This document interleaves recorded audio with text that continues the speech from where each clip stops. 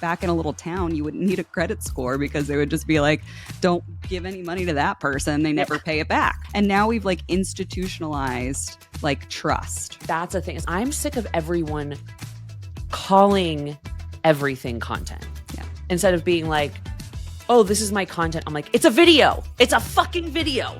Or it's an Instagram story. Like, I made an Instagram story. Like, it is its own thing. And Instagram stories are different from other types of videos and other types of content. So just calling it content isn't even strategic. Yeah. I'm Margaret Kelsey. And I'm Devin Bramhall. And this is Don't Say Content, a show created in partnership with Share Your Genius. Hi. Hi. This is a funny topic today, I think, because we're contributing to, if this is a problem, we're contributing to it. Yes.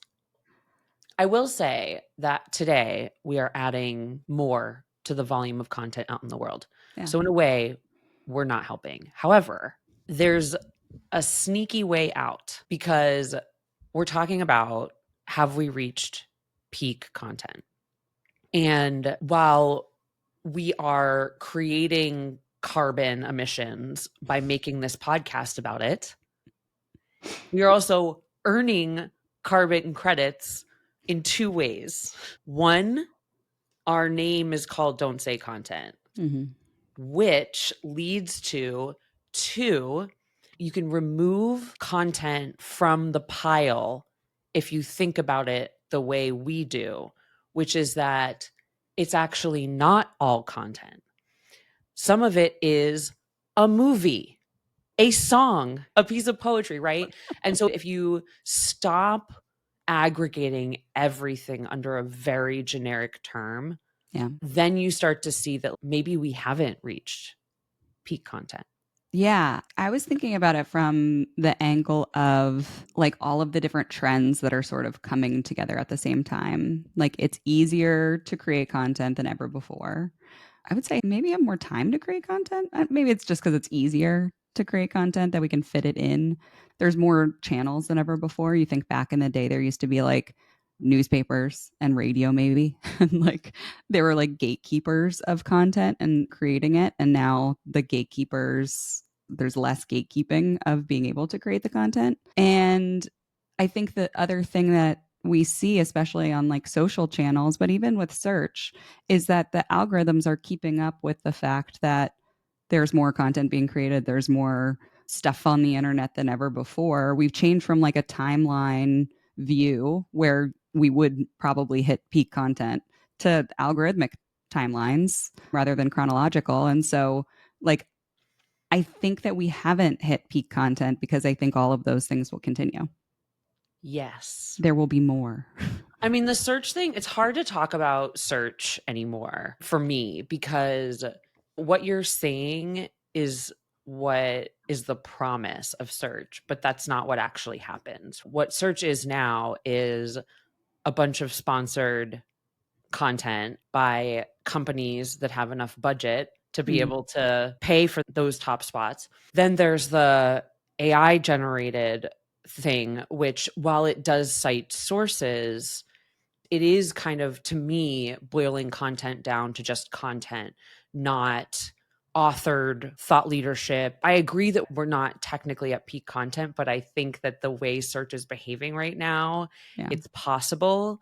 But the thing that, to your other point, that I think is good is that, it's so much easier to be creative.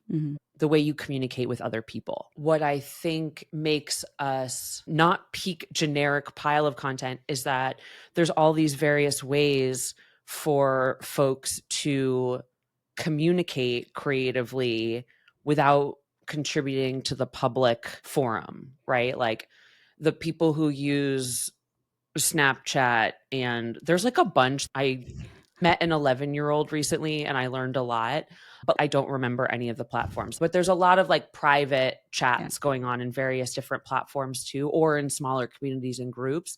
So in a way, I'm like, yeah, there might be more, but it feels a little bit more organized. Yeah, I think that the more content that's created, we have to figure out a way to find what we want. And so a piece of that is those smaller private communities. A piece of that is the algorithms, deciding what you get to see. But that then will become this like niching down of content, right? It's like you don't need to publicly broadcast on a radio station where you're hitting everyone and half of them don't care, 90% of them don't care.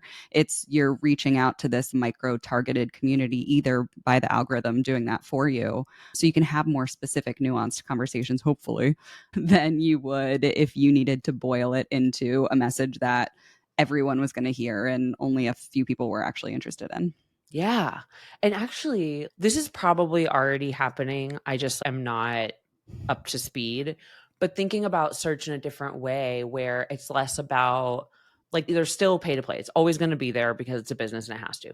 Yeah. But thinking about organic search around not the algorithm criteria that of quote unquote quality, but maybe there's multiple different ways to surface organic content in different views, like for example based on voices, like people, Yeah. based on like topic, and then there's a list of people that you can, or a category. If you're like, I want to know the expert in, or like I want to know who the experts are in X area, and so you're searching for the people first, then digging into the content, because all this talk about we're having these separate conversations Mm-hmm. about how garbage search has become, mostly just because I think they're in an experimental phase, Mm-hmm.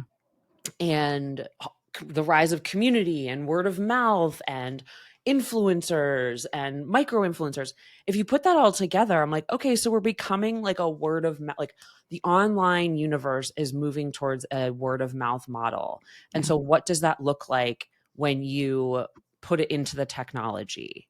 And I that to me is really exciting. I'm like, that's kind of cool. I think this is such an interesting thread because I heard a while back this thinking about the long arc of what's always consistent in humanity, right? Like when we used to live in small villages, you knew the people that were trustworthy, you knew the people that had bad reputations, you knew the people that you could trust because we lived in that tight knit community, right?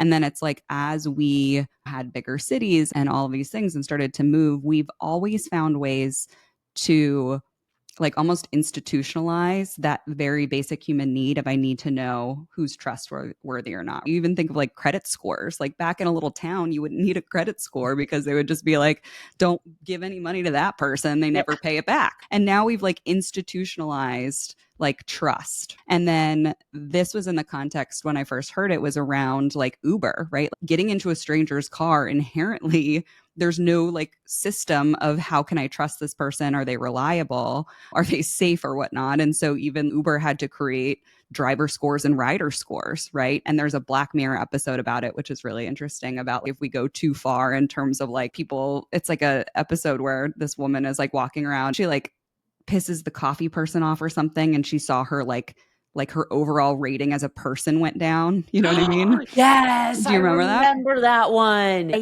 think Yeah. we're always searching for that, right? And that's why micro influencers and that's why we have this kind of inherent need to gravitate towards do I actually trust that? And that's the interesting thing with generative AI and AI search results is that we're still in that experimental phase of like, how do I even know if I can trust this answer, right? Because we don't have that structure associated with it yet. Yeah. Like imagine if you could just do a search like you do today and it's going to do, but you have a tab where it's like when I moved to New York, I'm like, okay, I'm a marketer in New York and I'm trying to do, maybe I'm trying to write a blog post or something, like searching for on a topic, and my automatic filter that I had set for that search view is like results from people in the New York City area.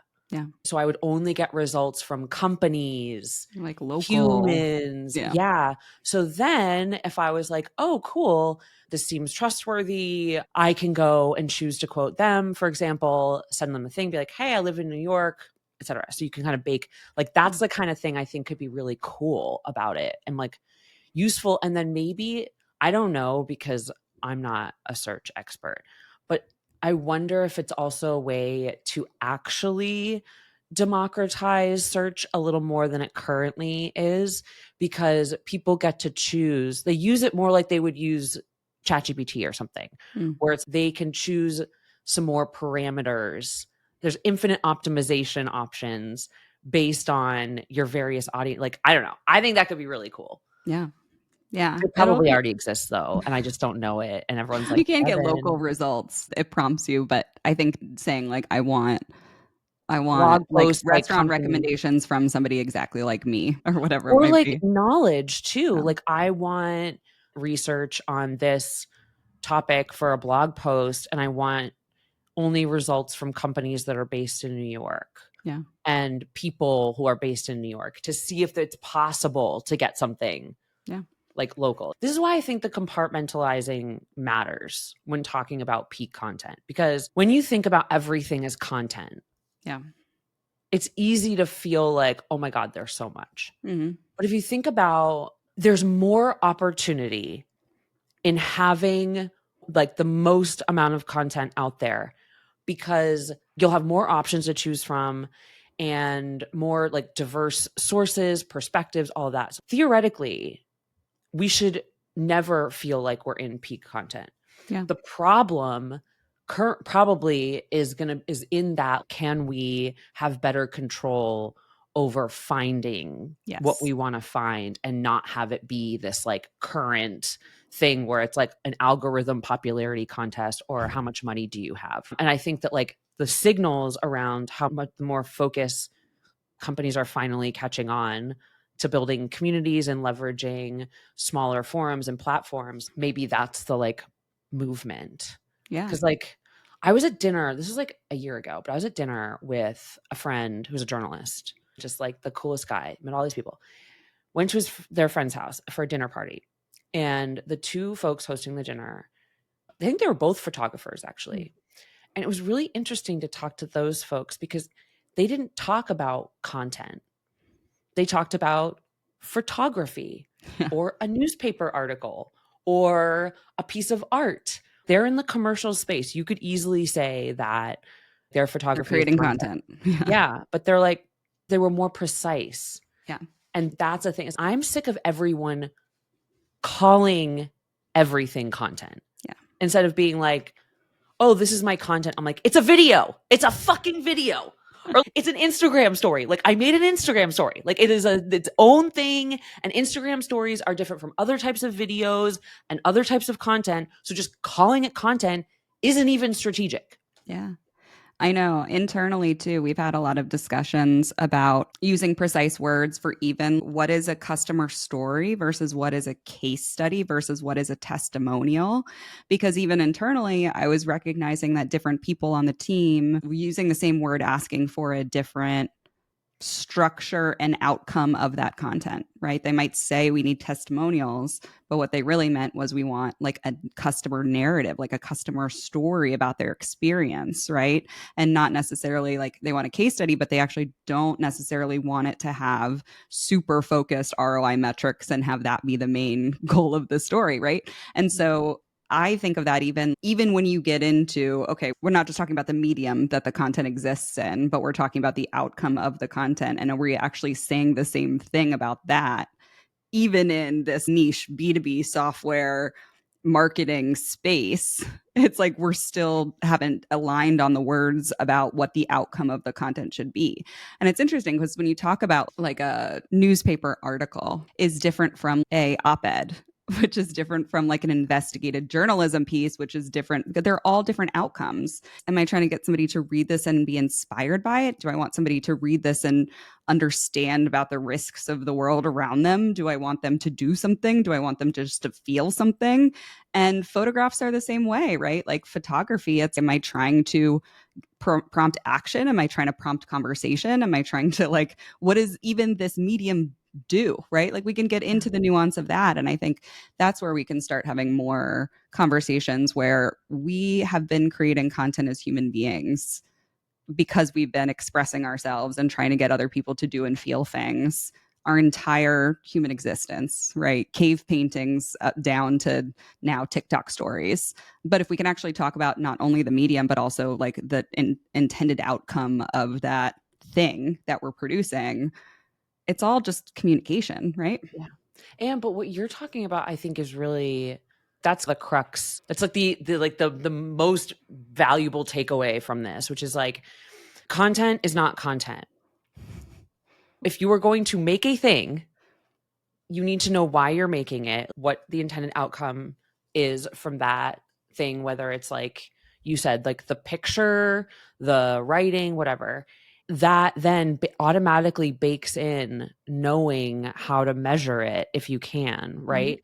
And I think that's really important because this goes back to our buzzwords episode Yeah. where we're like, say what you actually mean.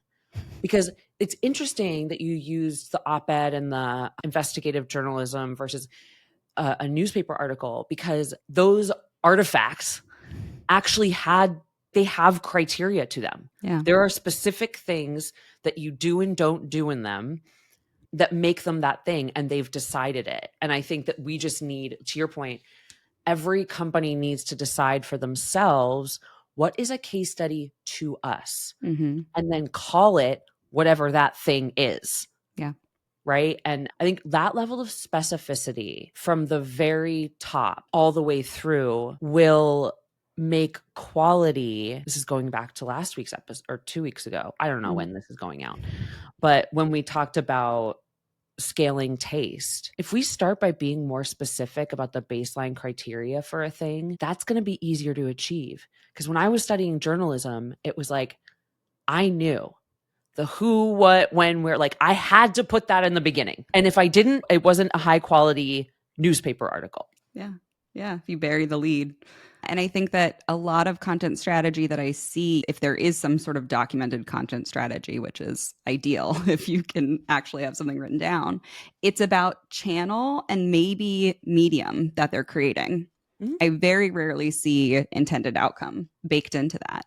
We will create this many blog posts. We will create this many Instagram stories. We will create this volume and this channel and this type of media. Very rarely are we talking about exactly what the consistent message is or the consistent purpose of that program would be. Yeah. And it's, if you think about it from that perspective, it's almost like a WYSIWYG website builder. Yeah. Because then you're like, okay, there's a list of outcomes which are tied back to our company objectives. And there's a list of channels that we currently have. And it's like, and so those have the mediums in it. And then you're like, okay, like part one of plan is putting together the pieces of what we already have, seeing what we think, like how much impact of each outcome we can generate from that. And then that influences, oh, that's not enough. That's not going to go big enough to achieve the whatever volume of increase that we're tasked with, or even just the outcome overall. And that's when you're like, oh, we might need a net new channel or a net new whatever. I'm going back to when I first started to advise and consult. I put together this thing that was like, it was almost like you could play marketing Mad Libs with it and pick one out of each one. These are all my variables of things that we should be talking about in marketing. I love this. There is the audience and stage of the journey, right? Who are we actually targeting and how well do they actually know about us or not know about us, or how close are they? And the thing that we also described is actually not a linear journey whatsoever, but that's fine. Like, who are they and how much do they know about us, let's say. There's like the offer, the message, like what are you trying to say? What are you trying to promise? There's the actual channel that lives in, right? It could be email, it could be even like SMS, it could be telemarketing, it could be blog posts, it could be social, and there's a bunch of ones in there. There's the content type, right? Like the format of it, whether it's audio, video, written words, even digital events, webinars, whatnot. There's then the conversion opportunity of the prompting, like outside of just the message of what you're trying to say, what's the thing that you're trying to get them to do? And then there's the timing, right? Of like, when does this actually hit? Is it a time of day, a time of year, or is it based on a time of them doing something else that then you actually time that marketing message? And you can play with all of those variables, right? And that's what I think people are like, oh, I'm just going to create LinkedIn content, right? There's 20 other variables that you actually don't know that you're even playing around with when you just create LinkedIn content. Yeah. Yeah. And it's the anti early days of content marketing where we have graduated from the days of we have to be everywhere and Mm-hmm. learned that actual marketing strategy is getting the greatest results with the least amount of effort. And results aren't just numbers, it's also the intangibles. Like, Mm-hmm. are we building a community here? Is this, you Awareness know, and affinity. yeah. And that's what makes it really fun because to me, most of what we've seen in terms of playbooks and common marketing strategies are just marketing plans. It's just Yep. like, do this, then that, right? But strategy is, ooh, like with my client right now, given their audiences, because they have 3 different member types. And I'm like, okay. And then they have a small team. And so I'm only like, I can only go to them with something where we can make a huge impact. Mm-hmm. And so doing fewer things. And so what that forces me to do is go deep, right? I'm going into transactional emails. I'm using actually a lot of data Mm-hmm. because that helps me find the kernel, like the thing that will unlock more Mm-hmm. versus just being like, okay, if we do enough stuff, maybe something will happen. Yeah. Yeah. And finding those crossover points of if you can create content that has multiple uses, right? What I mean by that is multiple outcomes is like the thing that you will miss when you just look at marketing strategy as a checklist of a production checklist, right? It's like, how can we actually create something that is bigger than just like producing this one thing with this one message or this one conversion opportunity. And I always think back of like where my mind really got blown was at OpenView, we had our core target audience of obviously B2B software founders that were let's say, Series B, right? Like every one of those, we wanted them to know about us, to want to take money from us and whatnot. And then we also had so many of these like secondary audiences. We had the LPs that invested in us. Like they need to have a different message and a different like thing. We had all the advisors that we could bring into the companies. We had even lawyers and things that would help out. We had the employees at the companies themselves that we would want to invest in, that we wanted to get in front of. We had like 17 audiences, right? And the challenge was, how do we create programs that work for a large majority of those audiences rather than how do I create 20 million marketing programs for each one of these audiences, right? And I think that every company ultimately has more than one core target audience if you're really thinking about it. Yeah. And it could even just be that you have the people that you sell to, and maybe that's a super niched one specific audience, but you also have the people that work at your company and the potential employees, right? You always have at least two if you're trying to grow a company.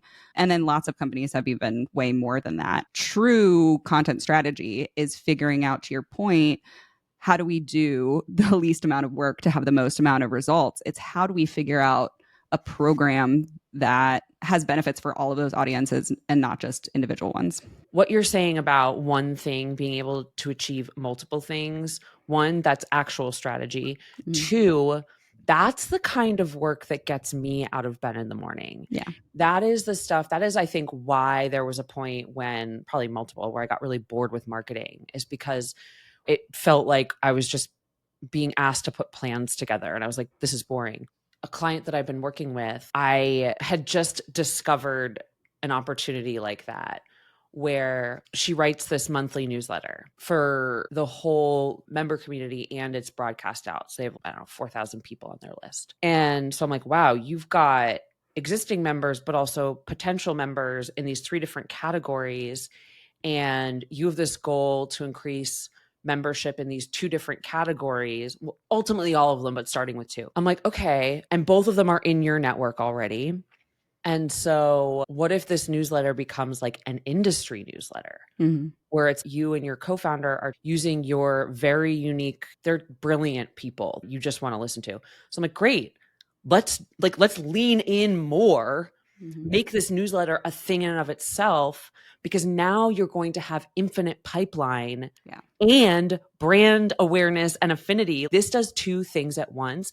And since you already have a bunch of people following it and you already have the network around you, it's going to be really easy to quickly make this asset big enough to deliver that ROI sooner. Yeah. Versus say I was like, oh, you should start a podcast. I'm like, you're going to have to start that audience from scratch. This is not the time. Eventually, maybe.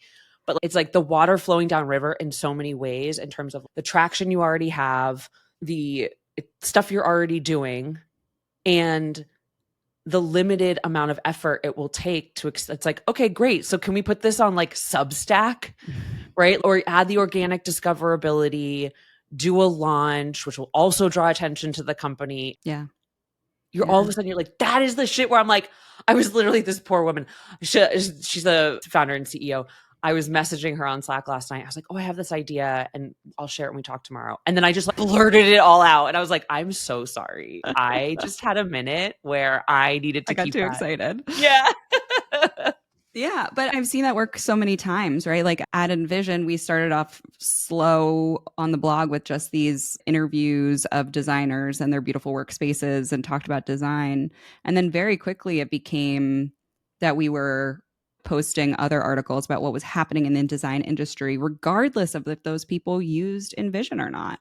Yep. And quickly it became the publication that designers would read, regardless of if they used us for the tool. But guess what? When they needed a new tool, we were in their inbox every day, right? We provided value. And so I really do think that like community focused content is the place to go. It's who is the community and how do we not attach it so closely to our product and our product values, but truly in the way that it supports our target customer in maybe a way that our product doesn't support them yet or will never support them, right? Like how do we can create content about, different things that our product doesn't even solve for, if that's actually still a problem with the target audience, right? Like the thing that I see time and time again is that a lot of specifically B2B software companies will create content around how their product helps or what the problems would be that then their products would be perfectly solved for.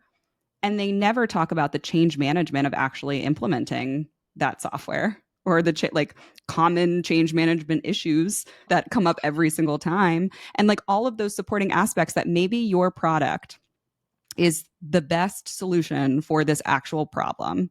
There's 20 other reasons why that company is not going to do it or not be successful with it outside of like, there could be a problem and your product could be the solution to that problem and it could still not work, right?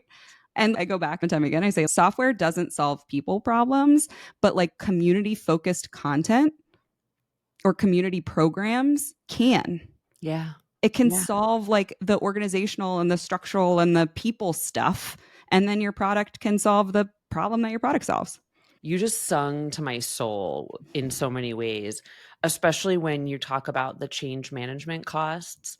I remember when I was like, there was that summer I was playing around with TikTok and I recorded this video and I was like, next time your CEO wants you to do something or change what you're already doing, I said, make them do math.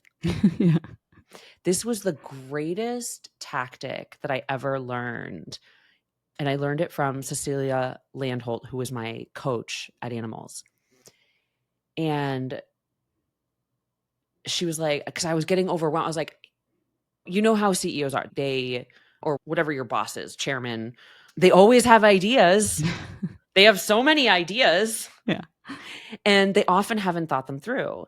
And so she really encouraged me. She said, okay. And I was like, when I say no, I'm perceived as negative.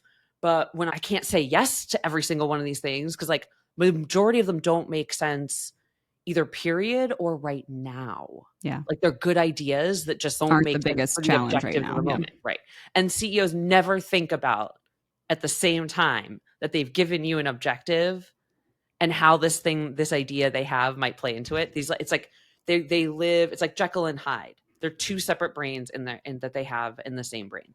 Yeah. And so she said, next time it happens, come at it from a curious place where you say, "Oh, that's an interesting idea." Ask them to like specific questions that make them reason it out themselves.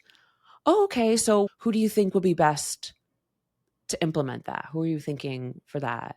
Yeah. It's, "Oh, okay. And what are you thinking that will take off their plate, or what will we remove? And how much budget were you imagining investing in this?" And it's none. "Okay. Where were you going to start?" Yeah. So how would it be successful if we don't have somebody to do it, and we don't have the budget to do it, and we don't have the time frame to do it, and we don't, yeah. And how does this serve? We agreed on these objectives. So Yeah. which one does this serve? Oh, This one. supplant a different objective. Yeah. Is this a Yeah. new It's like, objective? And and what objective are we taking off of our plate if this is the new objective? well, right. And it's like, but you can go even further. You're like, which one is it? Okay. Say they pick one and you're like, obviously, no. Yeah.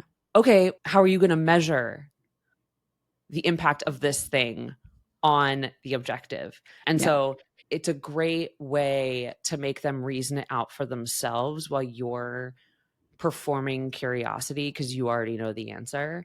Yeah. And I have always found that to be useful to remember, not just when I'm trying to tell someone to F off, but also for myself, because it's honestly stopped me from being that way at times. I'm like, we should just do this thing. And then I go back and I'm like, should we?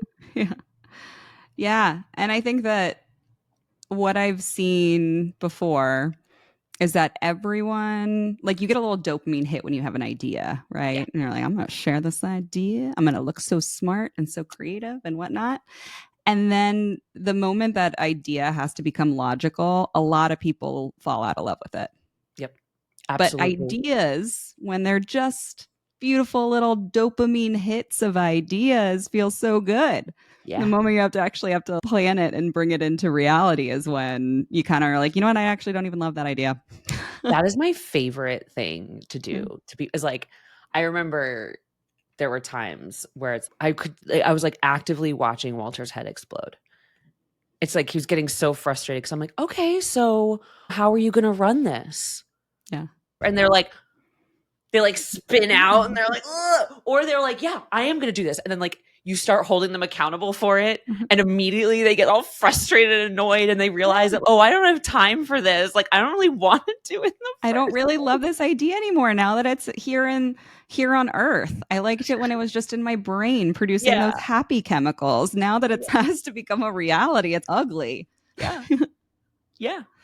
It's wonderful. I have a children's book idea about ideas, and I think this might be it could be the second part of it is this fact that ideas, when they're in your head, are really shiny, and then when you bring them into reality, kind of turn into a little ugly duckling. Have I told you about the article I've been trying to write for years called Ideas Are Ugly? And it's inspired by IBM did a commercial many years ago with this little like monster character who's rejected over and over again in life and everywhere because he looks different. And then he arrives at IBM and IBM's, you're amazing. And you see him like flourish as he develops colors and he's like speaking on stage at the end. It makes me cry every time. And ever since then, I had all these other like components. And so I am like obsessed with a book on ideas and I'm obsessed with children's books. So as a long-winded way of saying, please write that book. Yeah. It's on my list. I've got 20 books for maybe next year that I want to write. Maybe we need to have that conversation with you, Margaret. No. Okay, Margaret. So how are you going to write Listen, they're just producing little dopamine hits up here. I like them. I like them when they're my little ideas. I haven't started yet. Then I'll hate it. I'll hate every single idea I have. Yeah, no, but I think we're coming back to this idea of like easier, faster, and we have more ways to communicate than ever before. I don't think that's a problem, right? I don't think the fact that we're like, are we peak content? No, I think we're going to produce more and more. And I think that's actually a really good thing, right? I think the more humans that we can communicate with and the more that we can then have our messages absorbed and create some sort of like sense of belonging in the world. I think all of that is good. As Just long as the carbon footprint isn't bad. So like maybe we don't need more crypto content, but like yeah. the kind of content that doesn't have a super large carbon footprint. Yeah, Devin's really into the environment today, really into carbon credits. And I literally texted someone last night and I was like, there's going to come in like 10 years. I just want to go live on the beach in San Diego and watch the world die. Like, yeah. because I think it'll happen in this lifetime. It is honestly a feat of human ingenuity that we could sit inside on our computers and still somehow contribute to global warming. Right? We're not like flying a plane in the sky. We're not like hopping on a train. We're not even working at a factory that's dumping pollution into the world. We literally have found a way that we can be inside our homes and still fuck up the planet. Leave it to the bros to be like, I have an idea. Let's make a currency that destroys the planet. Like, what the fuck, dude? Peak capitalism is let's invent a currency that also ruins the planet. That is hysterical. It is not peak content, but we are at peak capitalism. Okay, y'all, that's a wrap. Thank you, as always, for listening. We'll be back next week. And just remember, you're doing great. You're doing great. 30% of you are doing great. The rest, you got to get your shit together. Come on. You know which side you're on this week. You know. See you next week.